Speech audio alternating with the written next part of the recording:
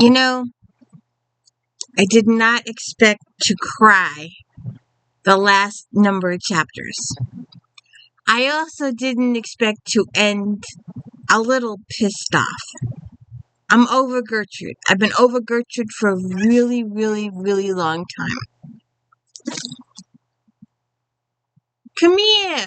Where'd you go? Come here. Fine, leave me. I've been over Gertrude for a massively long time. And hey, if you could please hit the like button, thumbs up, most appreciative. And welcome to the D. Louise book series. I'm Christina, K-O-S-T-I-N-A. This is where we read books, talk about books, no special effects, no theme music, none of that fancy stuff going on here.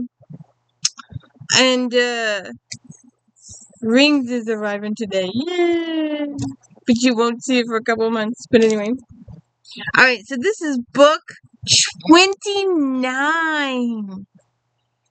And this is an in-between book.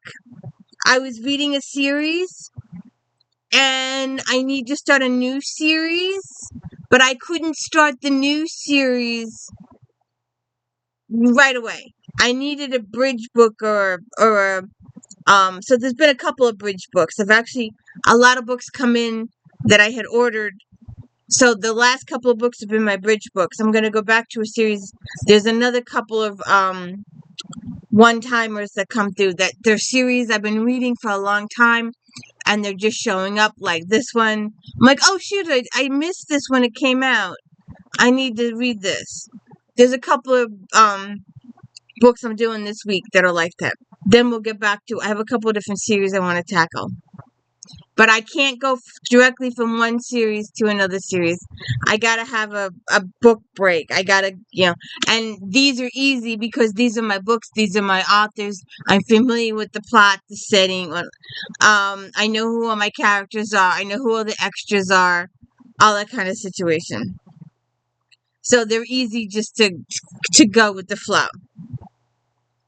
So, book 29. Sarah Booth and Tinky, they're detectives, private detectives. You can hire them to seek missing persons, help solve cases, that kind of situation. Coleman is the sheriff, and he's her boyfriend, live-in boyfriend. They have yet to actually officially tie the knot. Tinky is married, and everybody has cats and dogs, and everybody takes the cats and dogs everywhere. So if you're Miss Murphy or Miss Braun, was it Sneaky Pie? I did a whole thing on it.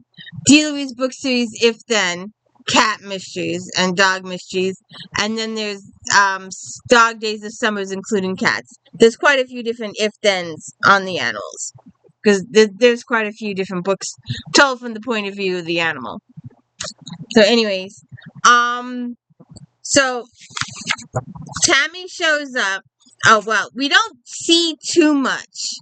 We have some major characters, recurring characters, that we don't see. Some books, they're in our face the whole book, and this book, they're practically non-existent in this book.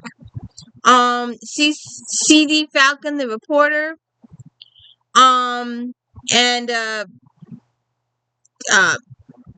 what's her name?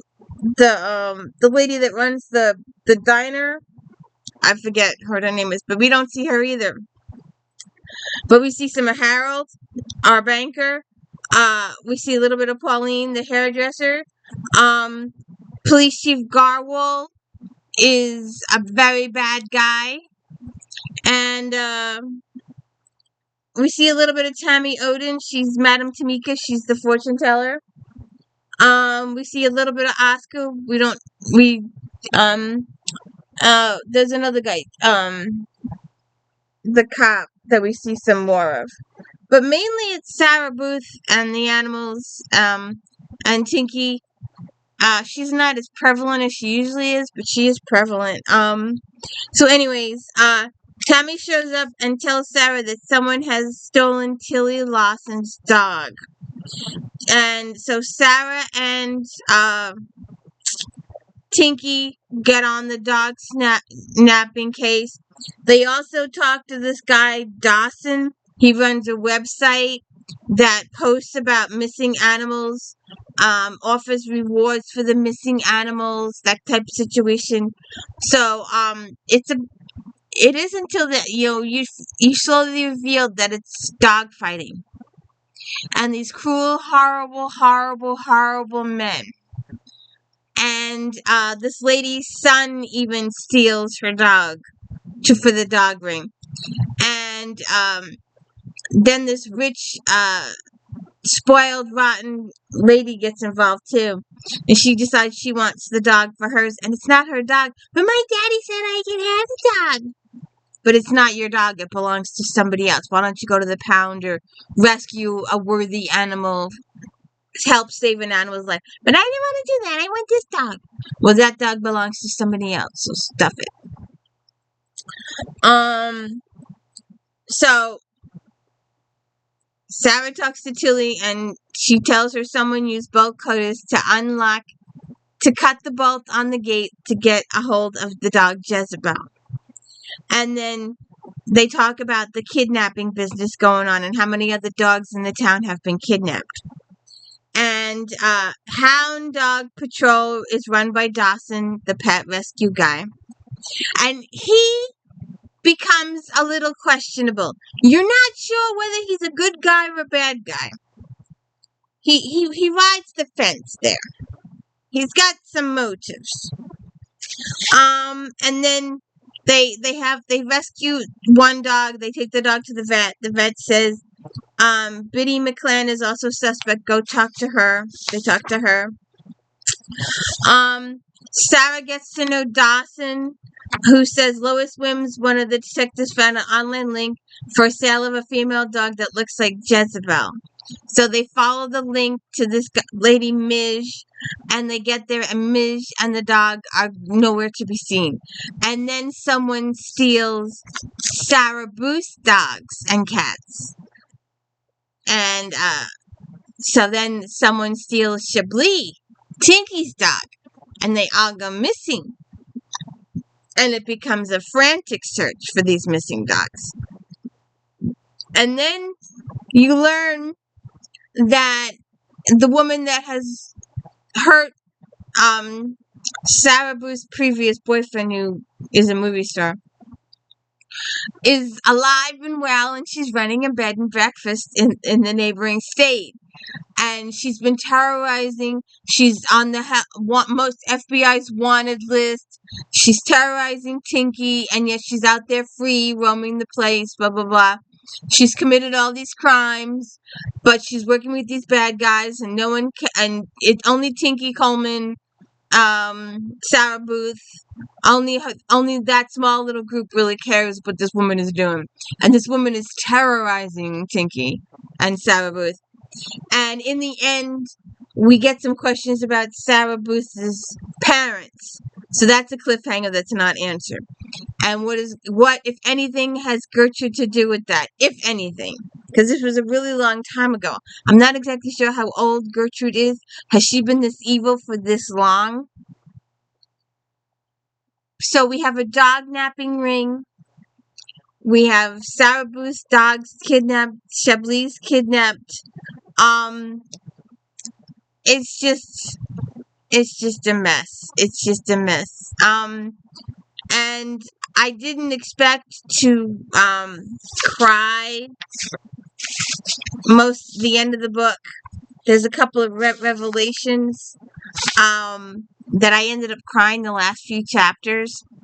And then once I got finished crying in the last few chapters, I got pissed off in the last couple of chapters because there was stuff said. So it's CAROLYN HAINES, Doggone Bones, and they have to rescue dogs from the dog fighting peoples, and they've terrorized these dogs, they've abused the dogs, they've hurt the dogs, and they're still stealing people's dogs from the neighborhood, blah, blah, blah. So we have to find the dogs, we have to find the people involved, we have to find the head guy, Someone tries to kill Starbuth a couple times. We have to do some investigation. We have to go after that bad sheriff in that other town, Chief Garwell. He needs to be taken care of. And someone is picking at my chair.